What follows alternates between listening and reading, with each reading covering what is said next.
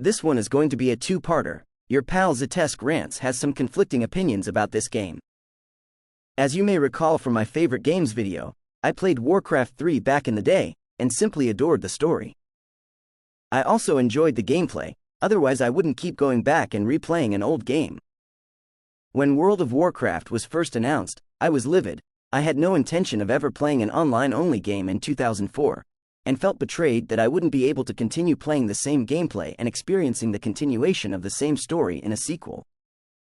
As the years went on, I found out that Blizzard had been chasing the success of the Warhammer franchise, with StarCraft being their version of Warhammer 40k, and Warcraft being their version of Warhammer Fantasy. I tried out that franchise, but the story never resonated like Warcraft 3 did. I read the Warcraft books, catching up on a decade of content that existed before I found the series and reading the new ones as they came out. It did feel a bit insulting when the book started having the World of Warcraft logo on the front instead of just the Warcraft logo, but that was just me taking things too personally. Eventually, some friends got me to try playing World of Warcraft during the Burning Crusade expansion. I gave it a fair try, treating it as its own thing separate from the old RTS games. It was alright, but nothing too special. Then the trailer for Wrath of the Lich King came out. A continuation of the story I had been missing for so many years, I couldn't resist. I got the expansion as a Christmas gift and started playing on the Alliance as a human for the reputation boost. By the end of the expansion, I was raiding with a guild on my main character, and had a few alternate characters also max level with my own private guild just for storage of crafting materials. The achievements really sunk their teeth into me too. I spent the time getting insane in the Membrane, which involved getting max reputation with two opposing factions at the same time. The only way to do it was to endlessly grind killing specific mobs that would get me Bloodsail Buccaneer's reputation gain without decreasing my reputation with Booty Bay. When they released pet battles, revamped the talent trees, and announced the next expansion would only be 5 levels instead of the historical 10 per expansion, I decided to close out my account and quit the game. I thought forever. At that time I was moving out on my own and viewed the game as more of an addiction than enjoyment. I had finished every quest in the game accessible to Alliance. I had gotten most reputations to Exalted, I had finished all the raids, I tried PvP but didn't like it, I had done all the calendar-based achievements. But the game kept clawing at me. Spend more time playing, get more gold, do more achievements, what about pet battles, what about eating every food in the game? Its whispers in my imagination felt like venom. I had lost friendships and ended relationships over the game. I was worried it could eventually impact my education or employment. So I quit. Years later, the trailers for Warlords of Draenor got my attention, but I dove into the books and comics to feed my addiction. I thought I could satisfy the urge by experiencing more of the story, without sinking time and money into the game. The cravings got worse when the Legion trailers started. Then Battle for Azeroth, when Sylvanas screamed, "For the Horde!" In the trailer, it got the hair on my arms to stand up. I wanted to play so bad, but I held off. In 2019, I decided I was ready to try it again, to test if the game could be just a game for me now, instead of an addiction. The free trial was useless. Level 20, no mailbox, no auction house, no guilds, can't invite players to a party, really tiny gold cap. I did a month subscription, then 6 months, then another, and another. I purposefully didn't buy the latest expansion, and was relying on the base subscription including some old expansions. I played through Warlords of Draenor and Legion, and a bit of the rest, but eventually got to the point when I felt done again. Many have said this before me, but for MMO players, you never quit, you only take breaks. The break might last nearly 9 years like my first break, or it might last only a few months, and my next break might end up lasting more than a decade, but if the game is still there, I think we all know we'll go back to it eventually. The War Within expansion was what enticed me back in. It promised so many account-wide features that I had been wanting in the game for so very long. Account-wide bank space so I don't have to keep a personal guild anymore. Account-wide reputations, achievements, flight paths, and map exploration. Wonderful, chef's kiss. So I decided to get an early start. I played through Shadowlands and Pandaria, waited for the pre-patch to give me Dragonflight for free. I tried out the Pandaria remix, but it felt way too slow. Even though they kept telling me it was fast and that I'd be super powerful, it didn't feel like it. At time of writing, I'm nearing the end of Dragonflight's main campaign, and I'm definitely noticing a lot of gaps in direction in the game. The Drakthir show up before the player is sent to the Dragon Isles, and it is never explained how they met the Horde or Alliance. There are also times when quests seem to happen out of order. Shadowlands especially had issues with quests lagging or having loading issues, so if you click too fast or walk too fast, you'd have to stand around and wait. I'm not sure what % of the user base my views represent. I've heard many World of Warcraft players are simply MMO enthusiasts who go from game to game and are ravenous for new content. I've heard some are like me, fans from Warcraft 3 who wanted a continuation of the story, and have slowly over the expansions been disappointed by the direction of the narrative. I think having read all the books puts me in a tiny minority, but I think I can separate that from my critique of the game itself. My addiction struggle though, I don't have good data on how many other players feel that way. Without further ado, I think there are many things that could change to make the game more fun, and many annoying things that could be removed to make the game much better for players. I'm not a fan of the level scaling in WoW. My first time playing through, I hit level 68 before I even went to Outland because I wanted to go through all the zones and finish all the quests. At the time, each quest and monster had a specific level. I remember still getting 20 or so XP for finishing a Night Elf starting zone quest as a human character over level 60. One of the things that made that fun was being overleveled for the areas. If I wanted to help out a new player, I could wait until they hit a monster, then I kill it in one strike, and they get all the experience and loot, and I just get the satisfaction of helping them. I would really like it if there was a toggle in the game so each player could choose their own level cap. If you want a challenge and want to compete in PvP or World First races, then you check the box to be the default level cap. If you want more challenging fights, set your level cap lower and only raise it once you go to a higher level area. If you want a more relaxing time, set your level cap to 1000. You won't get any talent points or loot requiring a level above the default max, but your stats continue to grow as you level up, allowing you to eventually one-shot everything in the game. This isn't completely crazy. There have always been mobs above the max player level in endgame places, usually rare spawns. Plus the raid bosses which aren't really on the normal level scaling graph. And if you think no one will want to grind to level 1000, try telling that to Elder Scrolls Online. Also, we've already seen what happens when a player is at level cap and still does questing. The XP gets converted into gold in the quest rewards. If gold farmers want a level cap at a really low level to max out their gold return from quests, then why not let them? Daily, weekly, and monthly lockouts or limits should not exist. This is a video game that we're playing for fun, not a job we're clocking into. I shouldn't have quotas, I don't want daily login bonuses or streaks, and I don't want to arbitrarily have to wait a month to finish a quest that wants me to run the same raid 4 times, or needs to be handed into an NPC that can only be accessed for a week every month. Daily crafting maximums are also useless and annoying. Especially for the professions in Pandaria, you often have to do a daily cooldown research recipe to learn the other recipes. So if there are 20 recipes, that means you need to play for at least 20 real-life days. I can see why the publishers would want that. They get more subscription money out of people. But this is a game, meant to be enjoyable. If people are playing out of obligation and not enjoyment, then it is only a matter of time before they realize it and resent the game or the developers. Once that resentment starts, they won't be recommending your game to others, they won't be as generous buying microtransactions, and they might even quit, or take long breaks if they've already fallen into the addiction. There is an achievement in Children's Week, part of the calendar-linked meta achievement, which requires the player to eat a delicious chocolate cake in front of the orphan that they are traveling with for the week. This cake can't be bought or obtained through any NPC in-game. It must be cooked by a player. The recipe for this cake cannot be obtained through any NPC in the game except for a daily quest in Outland which allows the player to choose either a crate of meat or crate of fish as a reward. Each crate has a small % chance to include the recipe. This daily quest rotates what task is required each day, but the reward is always the same, and there are only a handful of variations of the task. Having played through and gotten this recipe and achievement twice, I can confidently say it will take over 300 days to obtain it.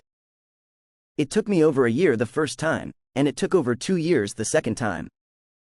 At one point I was going in and doing that daily quest on 5 or 6 different characters to maximize my chances of getting the recipe. Even if it meant my main cooking character wasn't the one who ended up with it, I didn't want to risk having to wait another year for another Children's Week. Now tell me, what benefit to the player is there that this recipe is locked behind a daily quest? Would the achievement be any easier in terms of skill if this was a repeatable quest instead? No. This is purely fear of missing out FOMO. On the same note, why are drop rates so low? What's the point of doing the same quest 300 times to get one recipe? What's the point of running through the same low-level dungeon hundreds of times to get a mount rare drop in Stratholme? Many games deal with percentages in hidden ways because player expectations don't always line up with statistical reality. In games like XCOM, when you have a 75% chance to hit, then you miss twice in a row, you'll almost always feel like the game is bugged or being unfair. Mario and Rabbids Kingdom Battle dealt with this psychological issue by throwing out detailed percentages. If you have a straight shot, you hit. If the enemy is behind cover, 50% flip of a coin. That game looked at other games with their 10% bonuses and 30% chances and 80% rolls and shoved them where the Mario don't sunshine. I suggest MMO games can benefit from the same outlook. Quest rewards should be 100% drop rate unless thematic to the quest that the player be disappointed, in which case 50% should be fine. Loot from bosses in dungeons and raids, which can't be soloed unless the player is massively overleveled, should be either 50% or 100% drop rates. If there's 5 people there who all want the loot, they shouldn't have to run the dungeon more than 5 times to each get what they want. Better yet, if the loot drops for everyone instead of a shared pool, and had 50% drop rate, then 2 or 3 runs should give everyone all the loot. If the dungeon is fun to play through, people will go through it again for fun, maybe with a different team. If the dungeon isn't fun and they are just slogging through to get the loot, then maybe they shouldn't be playing the game. Same goes for trying to find recipes, pets, mounts, or other loot that is currently a rare drop from regular mobs. If the game was made the other way around, with only 50% or 100% drop rate items, would anyone advocate for rare drops? For drops less than 1%? I don't think so, and I think that's a perfect reason to change the game. Similarly, rare spawn mobs are ridiculous. Depending on which zone you're in, it's either overflowing with them all at once, or you might have to wait literal hours to see the next one.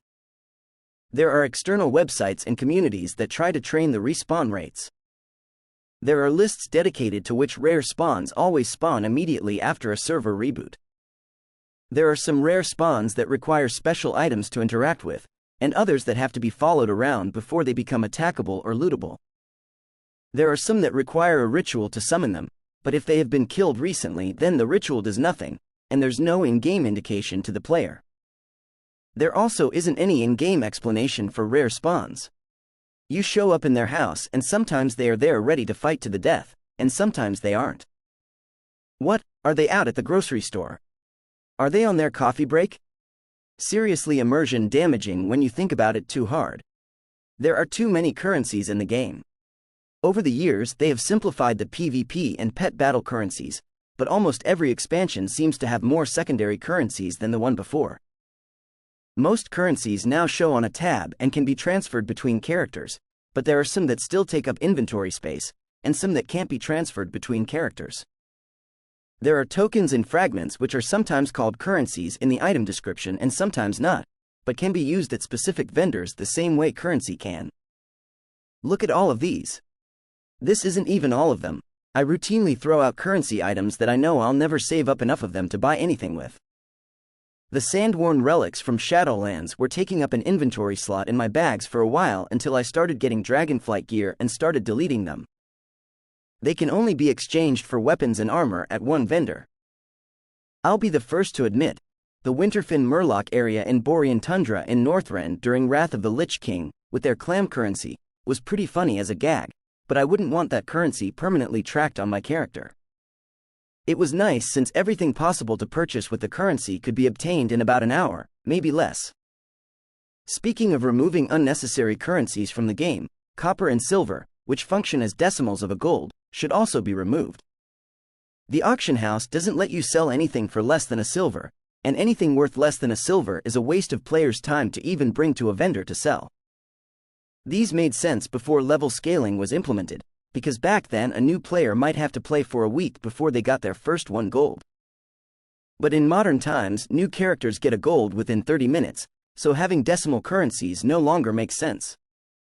Much like how countries in real life have gotten rid of half-pence or Canadian pennies, WoW needs to get rid of copper and silver.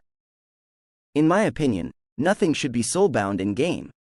If a high-level player doesn't want their old raid gear, they should be able to sell it to other players. If someone doesn't care about collecting mounts, they should be able to sell them to other players. When I get a cooking recipe on one of my characters that doesn't do cooking, I should be able to send it over to my main cooking character. Mission tables should be instant. On top of having to wait days or weeks for the missions with rewards I want, I also have to wait hours or days once I select the mission before I can collect the rewards. Since they disabled the companion app, I'm back to using Garrison Hearthstone, Legion Dalaran Hearthstone, Orgrimmar Portal Room to Zandalar Mission Table, and the painfully slow flight path to the Shadowlands Mission Table every time I want to spend any of the various currencies for the mission tables. That's a lot of extra wasted time traveling and in loading screens, especially if I have to do it again to collect the rewards from the missions I set up to run. Mission tables should also be account-wide. You can say the different class hall mission tables in Legion give different missions, but do they really?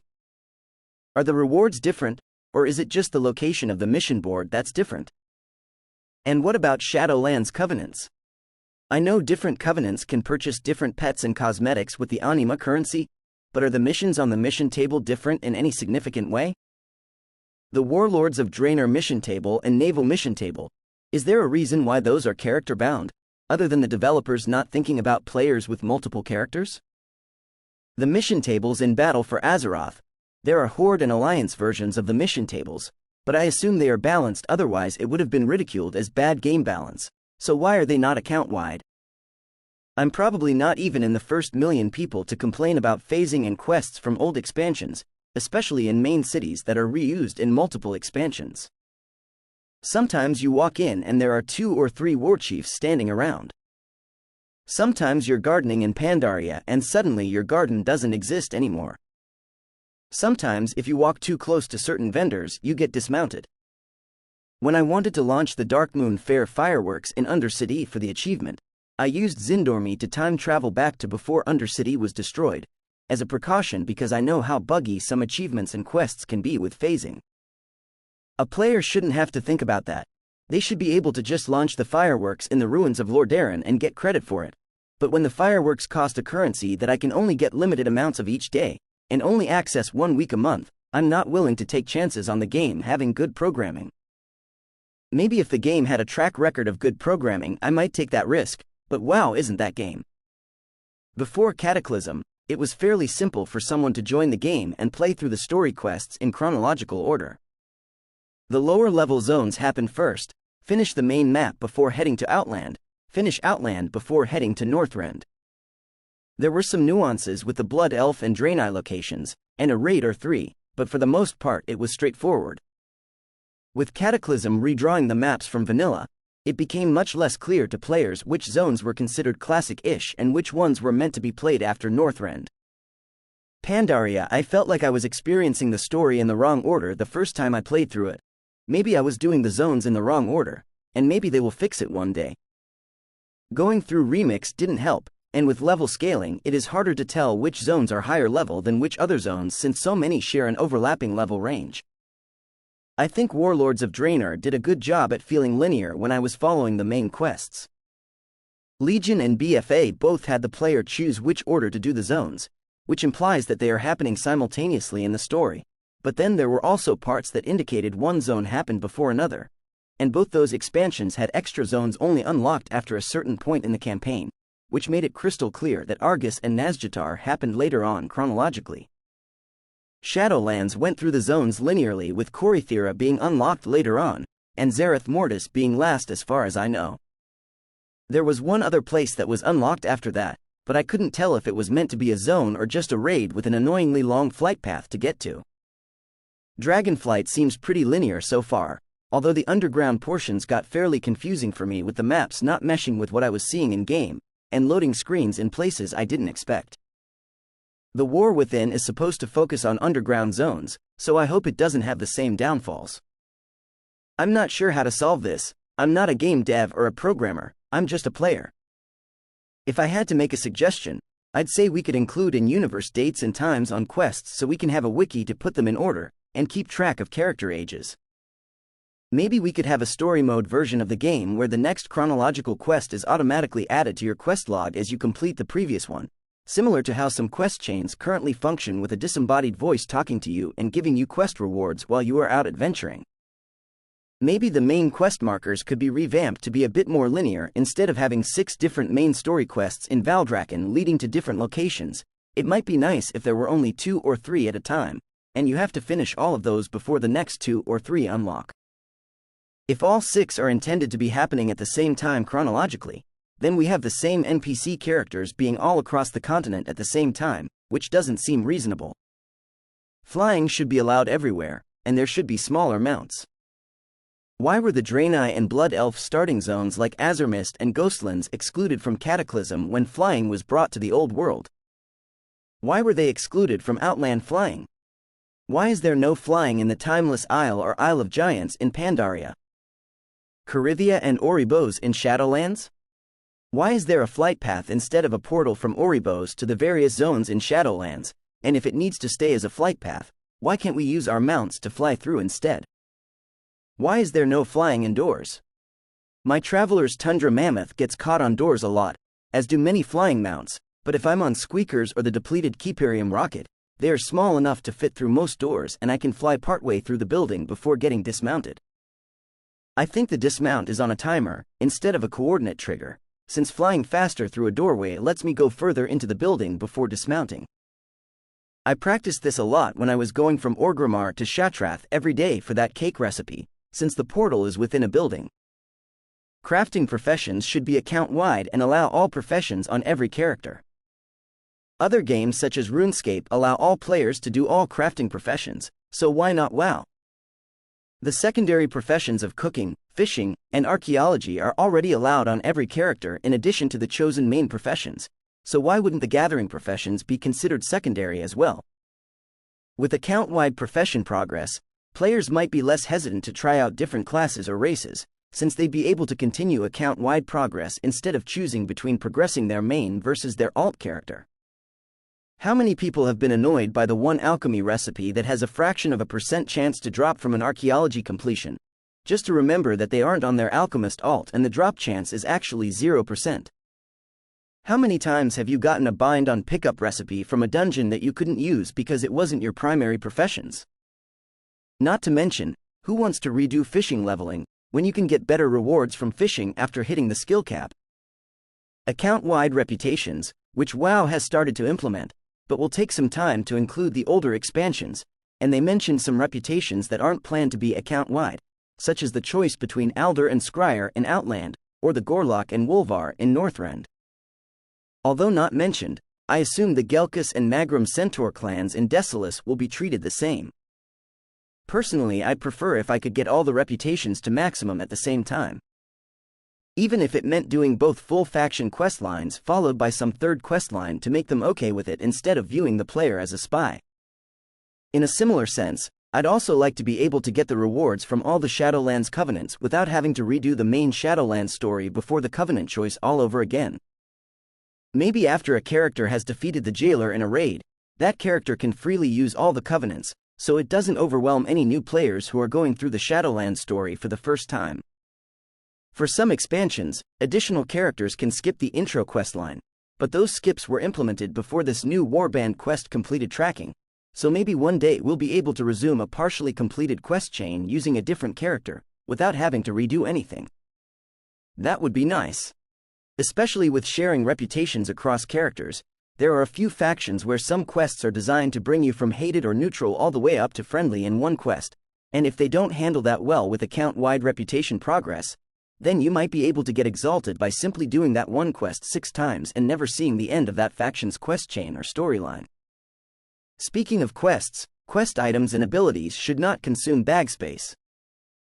With the introduction of world quests, it became inconsistent which ones have a clickable icon in your active missions list, or which ones have that plus a corresponding item in your bag, which despawns when you complete the world quest.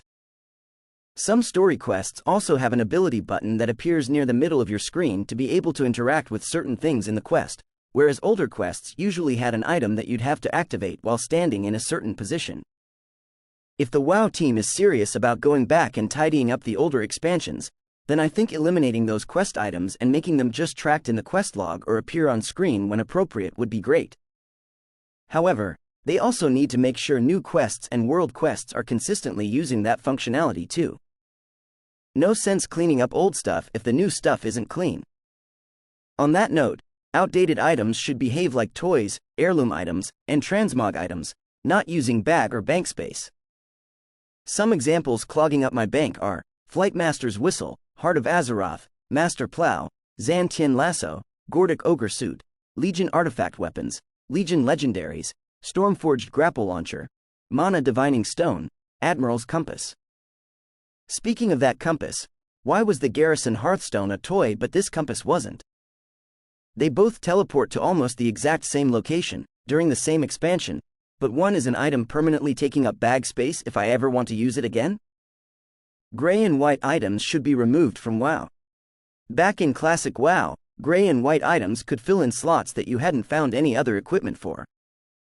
In modern WoW, you get all the slots filled within an hour or two of creating your account, so these no longer serve any purpose beyond default starter gear, which often can't even be vendored. Green items being quest rewards or loot while leveling, with the occasional blue rare. Then blue would be the normal drops at max level, with purples coming from max level quests or dungeons, and orange legendaries being the actual meaningful achievements like endgame quest chains or raids. This is already partially implemented.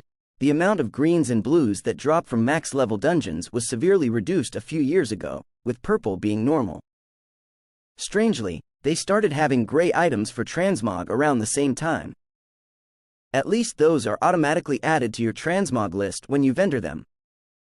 But honestly, why are they wasting the artists' and programmers' time making gray loot with unique transmog visuals? Wouldn't their time be better spent doing something that players would actually look at? Pet quality shouldn't exist, and neither should pet breeds. From what I can see, some pets have breeds and others don't.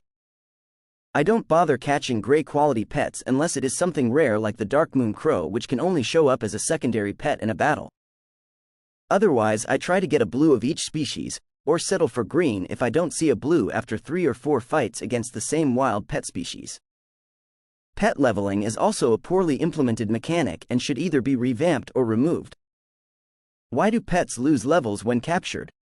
To waste players' time re-leveling them. There's no in-universe reason why a freshly captured animal would be weaker than a wild one.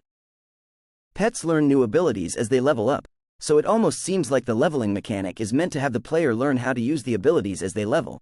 But the problem is the abilities react differently to different opponents, and once you have some high-level pets, you are just going to use them to carry the low-level ones. Plus, if you really wanted the players to level up new pets, captured pets would start at level 1, not 23. Speaking of max level pets, why is max level 25? They learn 6 abilities, one of which they always have at level 1, so why is the max level not 6? Why has the max level not changed throughout 8 expansions since they were introduced? If pets in the wild in all continents are approximately the same strength, great, that means players can rely on the ones they like or that they are familiar with. Oh, but they can't. Type advantages, movesets, stats. Some pets aren't viable even at max level, even when upgraded to blue quality. So they are just a cosmetic resource and time sink. If some pets aren't going to be viable in combat, why still have them level up? Why bother programming in attacks that will never be used by players? There are actually some non-combat pets still in the game. Mostly balloons from Darkmoon Fair, but they exist. Why was the Elec plushie not also a non-combat pet? There were so many achievements related to bringing that thing up to max level, max rarity, fighting every enemy pet battle in Warlords of Draenor with it, basically as a method to have the player do these fights with 2 pets against 3 enemies. Which means extremely specific pets were needed to fill those 2 slots.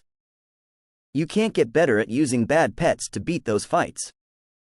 Turn-based combat isn't really suited to the get-good attitude because you have so much less control over your fighter. You have to know which attacks to use in which order. You don't control dodging or misses. You must be max pet level, otherwise many fights are mathematically impossible. So why even have pet levels? Wouldn't it make sense to just have pets with their 3 abilities, not swap between 6? All the type advantages can still work. Some pets would still be non-viable, but it would be better than it is now. Or pet strength could be based on player level, so when you go back to a low-level area, pet battles are one-hit kills just like non-pet fights. You'd have to allow catching max health pets if that were the case, otherwise people wouldn't be able to catch anything in low-level areas. I'm sure there are other ways to revamp the system, but honestly I don't think enough players are asking for it, and it would be less work to just remove pet leveling from the game. Every pet starts with their max stats and abilities, no breeds, no quality color, no leveling. Instant kill mechanics should be a toggle, or should be removed. Spending 30 minutes fighting a single boss just to get its health down to 5% and then everyone dies and you have to restart is not fun. Going through low-level dungeons and raids with the enemy attacks being unable to do damage to you faster than you heal, and then all of a sudden you're dead. It doesn't make a lot of sense, does it? I see this as a narrative choice. Either the player is the champion who has slain gods, single-handedly saved the world dozens of times and can't be defeated. Or, the player is an average soldier in an army expected to die multiple times per hour. Trying to do both at the same time causes a lot of cognitive dissonance. If the player is just a regular soldier, then instant kill mechanics make sense, but being able to speak with kings and queens from multiple nations does not. If the player is godlike, then being able to slay gods makes sense, but dying to a bandit in a forest doesn't. Ignoring the narrative choice and focusing on gameplay, I just don't like instant kill mechanics in a game unless the game is designed around one-hit kills or nearly one-hit kills. Some FPS games you don't have hit points, if you get hit in the ankle, you're dead. Side-scroller games like Mario, if you get hit you're dead, and you can sometimes get an extra hit point or 2, but bosses also have a maximum of 3 hit points, and regular enemies only have 1. WoW doesn't have manual dodge mechanics for enemies with guns or arrows. It would be a major overhaul to redesign the game with only 1 hit point per mob and per player. The AFK auto-attack gameplay style of WoW lends itself more to bullet sponge enemies and cooldown abilities to speed up combat. So, why did the game developers try to mesh single-hit kills in with bullet sponge mechanics? Speaking of combat mechanics, there are too many spells and abilities in the game. I think each class should only have enough abilities to fill up 1 action bar. Then we can use the second and third action bars for non-combat things like teleportation, crafting, mount or other travel method, banks and more. What percentage of the player base actually tests out all the class abilities of their character and tries different combinations and rotations and manually chooses which ones to keep on their action bar?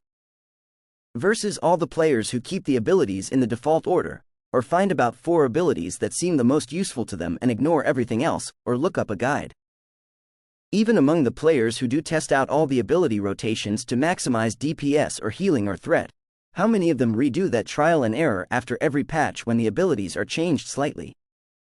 There is a reason why PvP is WoW died down to a smolder years ago and has not reignited. Add-ons like DPS meter exist because the game doesn't give players the information to know which rotation is most efficient. Going back to an earlier point, if the players were godlike and could kill anything they come across without focusing too hard, then having a bunch of different spells and abilities would let the player do more roleplay and try to be unique. But if going with the non-optimal talents or spell rotation means you're only doing 50% damage compared to the next person with the same gear and level, your team is much more likely to die repeatedly to the same boss, losing hours of everyone's time and perhaps even missing the story cutscenes and loot from victory. I think 5 buttons or less for combat makes the most sense, easy to press with one hand while moving with the other. If the player has to use 10 different abilities, then they might end up standing still during the fight. Maybe that's what the developers intended, but personally it leads me to only be looking at the cooldowns of my spells and I don't even see my character or the boss on screen. There are add-ons which put those cooldown timers in the middle of the screen instead of the bottom to alleviate this issue, but that's a band-aid solution. There would still be a giant box in front of the boss, so you aren't really looking at most of the fight. Contrast this with games like Skyrim, where the player can stand in one place during the fight and swing endlessly while tanking the damage, or they can be jumping around, running, dodging. Many bosses move around and you have to follow them around the room. Players have at most 2 spells equipped during combat, and the fights don't last half an hour. Speaking of fights lasting too long, the bullet sponge has gotten out of control. In some ways, it has always been out of control.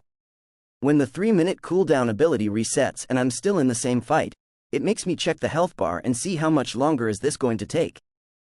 When my 10-minute cooldown resets mid-fight, I think to myself, I never want to do this fight again.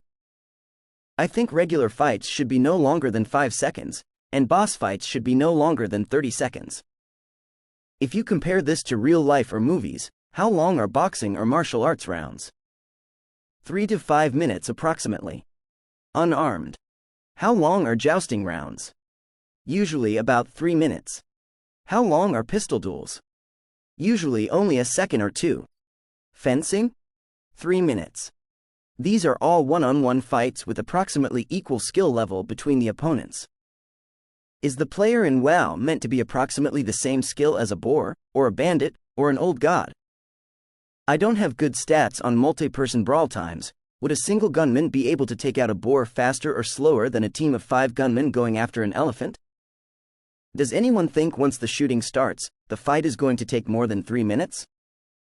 If these WoW mobs are meant to be big and strong, eventually we get to a point where conventional weapons just don't cut through their thick hide. So we have magical weapons that can cut better and they get magical armor that can resist cutting more, and it gets very abstract. But think about having a metal sword or axe in real life, and hacking away at a steel door. If you haven't busted through in 30 seconds, you're probably pretty tired. If you keep going for 3 minutes, you're probably sweating. If you keep going for 10 minutes, your swings are probably less effective. If that steel wall had a sword and could fight back, you'd be dead a long time before you got tired. So again, are the WoW players supposed to be these god-killing beings who for some reason hit like pillows, or are they supposed to be common soldiers who would be slaughtered left, right, and center during a melee fight against a rhino or a bull? I know matador fights take a while in real life, but those are more for show and ritual. The matador is not attempting to kill the bull as quickly as possible. WoW players are trying to kill the boss as quickly as possible. Attacks against trivial enemies should be one-hit kills and area of effect. If you're walking around with a sword that stabbed the Lich King or Argus, and you pass by a pack of level 1 boars, one swing should be able to slice through all of them like air. Many games have piercing stats for stabs or lunges to go through multiple enemies in a line, or swings to hit multiple enemies in an arc. WoW doesn't do that mechanically for auto attacks, but does have certain abilities to hit multiple targets, usually in a circle area of effect. This kind of functionality wouldn't be very useful in high-level areas where trying to fight 2 or 3 enemies at once is suicide, but it would be useful when you're over-leveled or over-geared near the end of each expansion or going back to previous expansion content. In dungeons and raids at max level, I'd be fine with allowing this sort of pierce to hit multiple enemies. It would certainly reduce the time needed to finish the trash fights. I'd also be okay if this piercing only applied to trivial enemies. The Flightmaster and Innkeeper systems are very outdated and need a revamp similar to how old-style flying was revamped in Dragonflight, and is now called Skyriding. My preference is to be able to teleport to any town or quest hub in-game with no cooldown or cost or level requirement as long as at least one character on your account, or warband, has been to that location. Tracking whether you've been to that location should function like the map discovery. There's no reason why we should be manually clicking on the Flightmasters to denote that we've been there. This would also eliminate the need for all the zeppelins, boats, and portals surrounding the major cities. While players are on a flight path, they can't interact with anything. They can't even open containers in their inventory. So why not just make it an instant teleport instead? I understand in vanilla when player flying didn't exist, The flight path system was a nice method to show the player some scenery, but that isn't relevant anymore. Not unless you want to delay new players getting flying until they are closer to max level. We've already seen players don't like that. Nobody liked the Pathfinder meta achievements to unlock flying in Warlords of Draenor or Legion, and flying while leveling was a major component of Dragonflight. Unless we're going to make travel significantly more interactive and enjoyable, not annoyingly getting dismounted or needing huge detours to go up or down, then I think allowing players flight at lower levels is the better option, which means flight paths and scenic views shouldn't be mandatory. If you want to have an optional slow travel method or walking simulator style gameplay in the game, great, but don't make it mandatory in a game primarily focused on combat. Remove FOMO, fear of missing out. There will always be some form of this with social games, but it doesn't have to be by design. I've seen some small steps towards this in Dragonflight crafting. The concentration system allows players to craft a bunch at a time, and some of the crafting recipes can be crafted up to a certain number of times, which regenerates over time. This is an improvement over the daily lockout crafting, but still not as good as on-demand crafting in my opinion. The Trader's Tender system, I think, is designed to funnel money into the longer subscription purchases and new expansion purchases. Without that additional monthly Trader's Tender income, the amount you can earn in-game is much less than what is available to purchase that month. Then at the end of the month, all those things are removed from the vendor and new things are added. Why don't you want players to collect all the things your artists and animators and programmers have created? Why don't you want players in 2026 to be able to collect the things released in 2022? Why are there bonus weeks or time-walking dungeon weeks or calendar-based events? Brewfest as an example, I couldn't do the quests the first 2 days because the lag was so bad and there were too many players blocking the quest givers by standing in the same location. The Stranglethorn Fishing Festival, which I'm not even sure if it still exists in-game, used to be one of the only methods to obtain an heirloom ring, but to do that you needed to win, which meant only one person, maybe 3 if we're being generous, per server can get the ring each week. If I overestimate and say there are 250 servers, and that 3 people per server get the ring every week, that's still only 780,000 players over the course of 20 years. Last time I checked, there are still more than 1 million players, which means some people might have been attempting and failing to get that ring every week for 20 years. Wouldn't it be better if the player just had to pass a certain score in the fishing contest, or just collect the fish with no time limit, thus allowing everyone who wants it to have the ring? Why are old quests removed from the game? If it was too difficult or wasn't enjoyable for players, why not revamp it instead of removing it altogether? If it is faulty coding and can't be salvaged, why not replace it with an auto-completed quest so the players can still see the quest text and story, and maybe rewards, but I don't want to be too greedy. Isn't removing borrowed power mechanics like the Legion artifact weapons and Heart of Azeroth an admission that those systems were poorly designed? Imagine an artist burning some of their old work because they didn't like it anymore, and then painting something new that was extremely similar, with the pre-planned burning of the new thing.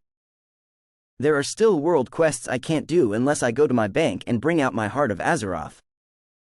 I don't even know what the Azeroth power did. All I know is sometimes I'm given some as a quest reward and it doesn't do anything anymore because the legacy effects are disabled. This becomes a question of game design philosophy. Are you creating a cohesive game meant to be enjoyed in the future, or are you attempting to host a live event like a medieval fair with attractions that will never be seen again? If the former, then more care and testing should be put into these systems before release so they don't have to be removed later. If the latter, then old expansion content should be disabled altogether.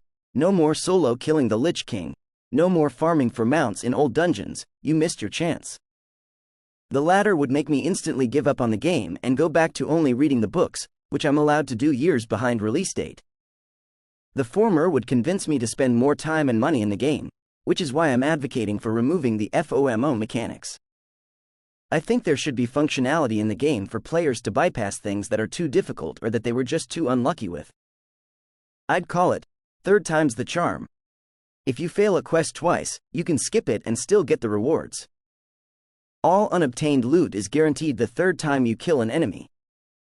Really, I'd prefer this to be the first time, so it would make sense in universe, but I'm willing to settle for 3 for the sake of gameplay if people prefer to not get everything after killing an enemy the first time. There are similar mechanics in other games. I remember one of the Mario games had Luigi show up if you failed too many times, and you could choose to let him do the level for you, or you could keep trying yourself. There was another game where you went on mini-missions from a hub world, and once you unlocked a certain side character, you could ask them to do the mini-mission for you with guaranteed success.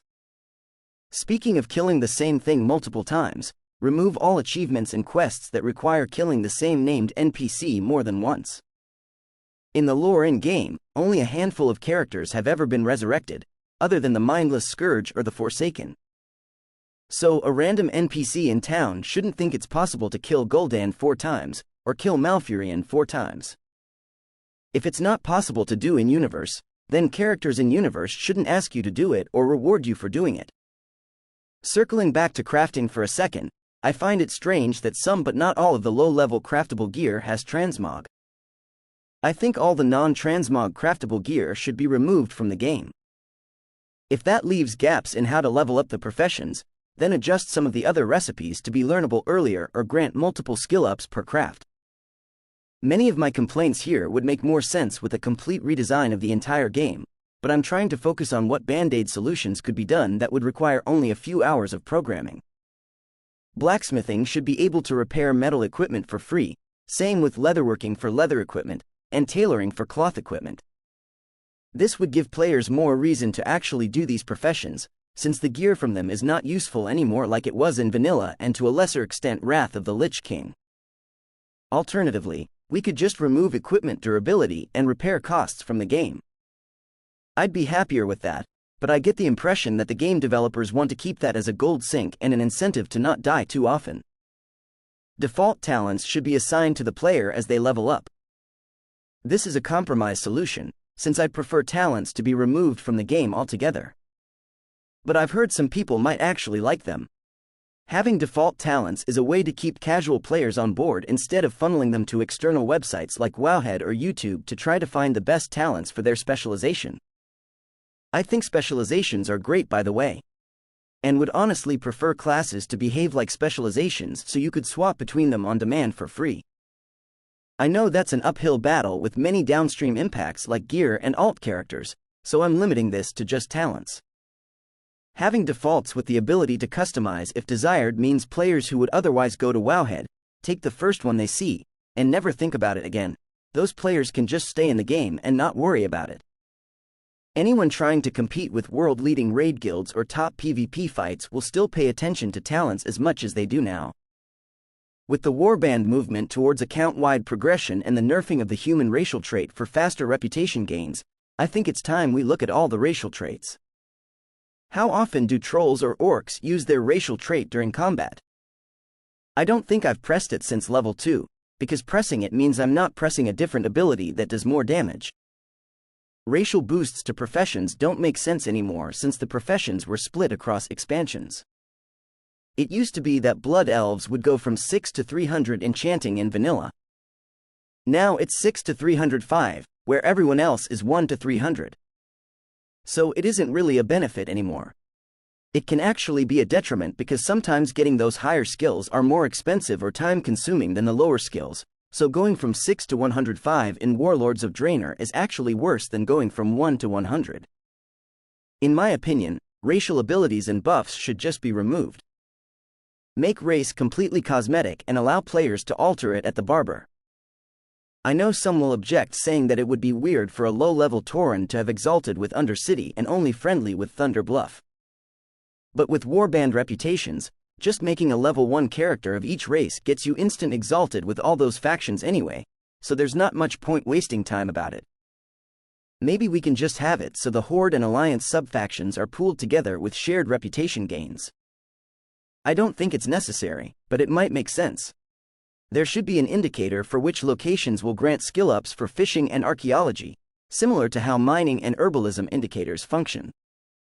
For fishing, since you don't have to fish in nodes, I'm thinking it would appear on the fishing bobber as well as nodes. When you hover over a fishing node, it would show the name with the color coding like mining nodes. The fishing bobber would also have some text when hovering over it, maybe just the word bobber, with the color-coded text like mining and herbalism and skinning. For archaeology, since the dig sites already show up on the map, It should be able to have color-coded text there. If we want to add it to the telescope as well, that would be great, but just the map would be the most useful. Speaking of archaeology, I don't see why the 800 to 950 skill levels can't be gained by solving artifacts, and I don't think it is reasonable for the last 50 skill levels to require more than one dig site per skill level. Another thing, why is archaeology the only profession to not be expansion segregated? Fishing and cooking are, but archaeology isn't. Maybe because some expansions don't offer archaeology and they didn't want to draw attention to that? My earlier third times the charm suggestion applies to solving artifacts as well. I don't want to solve the same one 3 times, when there are others I haven't seen once yet in the same category. I think I'd settle for having uncompleted artifacts having a higher chance to appear, or allowing players to re-roll if they don't like the artifact that randomly showed up. When scrapping or disenchanting items, players should also get the gold value that they would have gotten by vendoring it. Similarly, when vendoring an item, players should also get the scrap. Enchanting has been long known for being a gold sink profession, with the downstream impact that enchants for other players are expensive for everyone. I'd be happy if they removed enchanting and jewel crafting and other boosts to existing equipment from the game, but I might be in the minority there, and I'd settle for just getting the gold value of the disenchanted items. I never liked the idea of scrapping gear, but it is much worse when I have to choose between a random chance to get the scrap I want versus a guaranteed 80 gold. I ended up crafting over 1,000 of the cheapest tailoring item to get all the expulsum scrap I need for all the other professions on all my characters. That's cheaper than actually scrapping the gear that drops from the battle for Azeroth expansion. I think we should segregate gameplay types and keep their rewards within themselves. If a mount doesn't help you fight better in PvP, then why is it a PvP reward? If you need a certain battle pet to beat a certain pet dungeon, it should not be locked behind non-pet battle content. You shouldn't need to do professions to get the best raiding gear in-game. Where should we put all the cosmetics though? So many mounts and transmog sets. Personally, I'd be fine if we removed them from the game, but I suspect that isn't a popular opinion, so my compromise is to lock them behind reputations. Not reputations and massive gold sinks, like the mounts that require both exalted and 5,000 gold. I mean only reputation. When you get to honored with a faction, a pet is automatically added to your collection, similar to achievements. When you get to revered, you automatically get a transmog set. When you get to exalted, you automatically get a mount. No need for quartermasters for each faction, no need for special currencies like Anima or Mark of the World Tree or Apexis crystals, and no massive gold sink. I've seen some profession recipes that are both reputation locked and cost more than 1,000 gold in Shadowlands, while the trainer taught recipes cost 1 gold or less. Even if I have the gold for that, why would I bother? Maybe if the recipe was for a pet or mount that I could sell to other players, but certainly not for a profession-specific enchant on leg armor or something else equally as inane. Cash shop cosmetics should be available in-game with a 1 expansion delay, similar to how the expansion content is given to all players once the new expansion pre-patch is released. We can add a vendor next to Chromie, or near the trader's tender vendors to sell those outdated mounts, pets, and transmog. Hopefully for a reasonable amount, no more than 100 gold each. But even massively overcharged gold amount is better than just removing them from the cash shop to never be seen again. On a similar note, reputation choices such as Alder vs Scryer in Outland, Wolvar vs Gorlock in Northrend, or the Shadowlands Covenants should be pushed wide open 101 expansion delay. When the next expansion pre-patch comes, if you have exalted with Alder, then bam, now you have exalted with both Alder and Scryer, and any activity that granted reputation for one no longer gives negatives for the other. If you have renown 60 with one Shadowlands Covenant during the next expansion pre-patch, bam, now you have renown 60 with all Shadowlands Covenants. When I heard things like this were going to be excluded from the warband reputation system, I was so disappointed. Account-wide means account-wide. I never asked for exceptions, and I doubt anyone else did either, other than employees at Microsoft Activision Blizzard King. Remove small factions from the game. Nat Pagal doesn't need to be a separate reputation bar compared to the Anglers. Conjurer Magos doesn't need to be separate from the Kirin Tor. Named tiller individuals don't need their own reputation within the tillers. Venari doesn't need her own reputation track. Include them in larger reputation factions if it makes sense lore-wise, or remove the reputation track altogether and have them default to whatever abilities or vendor stock they would have at maximum reputation. If we don't go with my earlier suggestion of having reputation rewards function like achievements, then at least add a quartermaster for every reputation.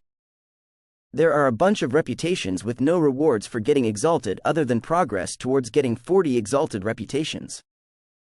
When an auction expires, instead of sending it in the mail, you should be able to view the expired auction from the auction house, and it should have buttons to be able to relist at same price, relist with enter percent discount, relist with enter price, or take the item.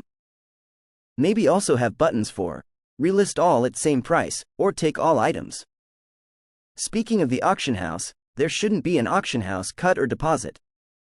Why are we penalizing players from trading with each other?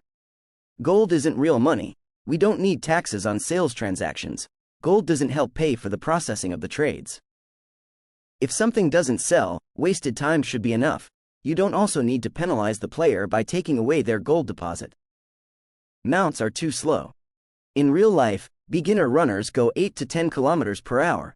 Walking is 3 to 5 kilometers per hour. A bicycle is 27 to 30 kilometers per hour. Horses go 30 to 40 kilometers per hour. Large birds typically go at least 120 kilometers per hour.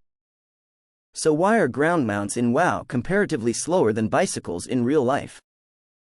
Even the fastest flying mount, before dragon riding, was only 310% speed increase, which would be about 41 kilometers per hour, just barely faster than a real-life horse. With skyriding, we can have bursts of 1,200% speed for a second or two, or 900% speed while flying with the blue glowing. That's closer to the actual bird in real-life speed. But still, only 100% or 20 kilometers per hour for ground mounts. Why so slow? I think 300% for ground mounts is more reasonable. Give us horse speed for our in-game horses. Here's one that I know a bunch of YouTubers agree on. At Chromie, when selecting a timeline to play, there should be a short video to catch up the player on the story up to that point. Some of the recent short videos the WoW team have made are perfect for this. The expansion intro cinematics are great at showing players who just finished one expansion what is up next, but if a new or returning player wants to jump into an expansion they never played before, they need a bit more context than that. For War Within, there was a cinematic that went and explained Xal'atath and Anduin, covering several expansions worth of backstory for both of them, and it was great. Especially for someone like me who might not have seen what those characters did during several expansions. This next one is controversial. I think we should remove all the buffs and debuffs and proc chances from the game. Hear me out. Everyone knows these caused massive lag and game crashes in Battle for Azeroth, and secondary effects on items were massively scaled back after that. People also talk a lot about how retail WoW is so cluttered with spell effects and things on the ground you're supposed to avoid, other colors on the ground you're supposed to stand in, some ground effects that are before an attack, or persist after an attack, some caused by players, or the environment or the enemy mobs. That's a huge mess, I agree. However, I think the problem is more than just those visuals. When you are fighting a mob and casting your spells or abilities on them, you can probably see the bleed effect or the fire damage over time effect pretty easily under the mob character portrait. You can probably see the hunter's mark if you're a hunter. But all those trinket abilities and talent point passives and having 3 different damage over time abilities, and the mob is casting buffs on itself to reduce damage taken by 90%. Did you see that extra icon in the list of 10 icons under their portrait? Which one is it? Hover over it quickly before you need to cast your next ability. Oh, too slow, it moved, so now it is the next one over. Wait, the mob cast another buff on itself. Now there are 13 icons. Are you standing in something? What color is it? Is it hurting you? Check your debuffs. Don't stop smashing the keyboard, you need your DPS and healing up. Hover over the debuffs, step away from the graphics. Did it go away? No, maybe it was a buff, step back in. Does a new buff appear? Do you recognize all those icons on your buff list? Maybe hover over them to double check the description. Too late, that one just expired. Some people say the solution to this is to have clearer art direction where certain colors always denote certain effects regardless of which spell cast them. Blue for healing, red for damage. Or limiting the number of overlapping spell effects. I don't think that's good enough. I think we just need to get rid of all of them. No more damage over time, no more area of effect over time, no more channeling, no more bubble, no more castable buffs. No more enrage for players or mobs. No more of those silly balancing buffs for the player to do 300% more damage or bosses to take 90% less damage.